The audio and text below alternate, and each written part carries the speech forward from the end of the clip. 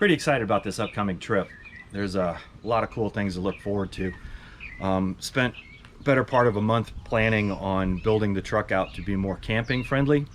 The Toyota 4Runner that I have already came pretty capable for an off-road vehicle, so really it was just about adding the camping facilities to it. Over the years, I've added larger tires and a lift kit, and that's kind of where I started last month when I started putting this together.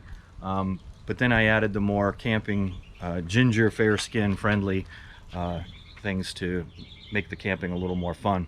Awning, first thing. This should fit over a picnic table pretty easily.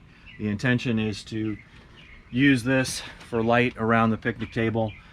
It's pretty neat. A little dimmer here, and the plug just goes into your lighter outlet inside the truck. Pretty straightforward stuff. I added a lot to the interior to prepare for this trip. The most obvious thing immediately is a 12-volt refrigerator. It's 55 quart. Got it from Walmart. It's on a little slider here so we can get to it. It's not going to be the most conducive to reaching in. I think if I had more money and more time, I would have a front opening fridge, but this one certainly suits the purposes for my first attempt. It has 3 settings that will allow you to save your battery if the battery starts getting too low. Plugs here right in the back into the standard 4Runner outlet. I've also run a regular extension cord up to the front so that we can use a laptop, charge batteries, and that sort of thing. These are standard bins from Home Depot. The intention is to use these sort of as a pantry, to be able to grab whatever we need quickly, whether that's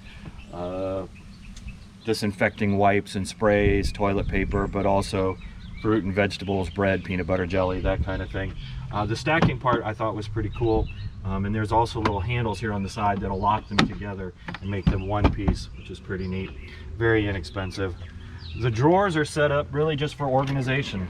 This is kind of the galley with a cutting board and little work table built in, but I've got all of my pots and pans and bowls, silverware, and cooking utensils in here, as well as a couple camp stoves and some basic seasoning, and eventually some extra gas in here. This side is more for tools and recovery things, an air compressor, a hammock, jumper cables. This is the controls for the winch and a recovery strap, some electrical stuff, camp lanterns, and then a whole bin of tools and a voltmeter and sockets and Velcro and everything I can think of that hopefully won't go wrong on the trip is jammed into here.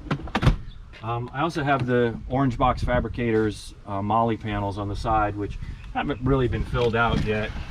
I'm intending to have some jackets up here. This is my first aid kit, and obviously a fire extinguisher because no one wants to be the one that burns down the forest. I'll probably add more things like tripods and different handles and whatever that needs to be as we go along. Real quickly, I've added this deck on the inside that will allow me to sleep inside if I need to. The deck works with the 60/40 fold down seats so that I can have one side as a sleeper side and the other side for storage, or versa vice. I can take either one out.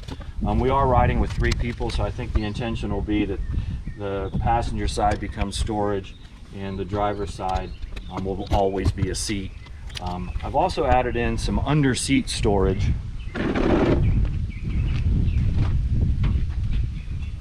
That's just bins designed to carry whatever kind of crap we need to and stay out of the way. But like I said, this seat will probably actually be a seat.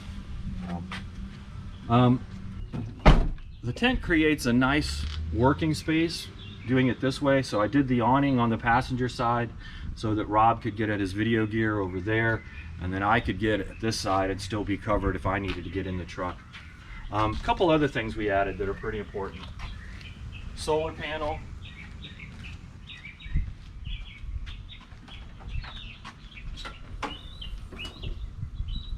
a Odyssey Extreme high performance deep cycle battery. I forget the exact amp hours on it, but I should be able to go about 24 hours without needing to recharge it. But I've also added a little quick plug here to get into the solar panel. So anytime the solar panel is running, it's topping off the battery when the engine isn't being used. So that's pretty helpful. Just for a little more off-road safety, I added a Smitty built winch and some ditch lights for those late night off-road looking for a campsite possibilities. So along with the rooftop tent, which has a nice 3-inch mattress pad inside, plenty of windows for ventilation, plenty of cover for rain, I think I'm ready. I think the truck is going to be in pretty good shape for a month-long camping excursion. Hope I'm right.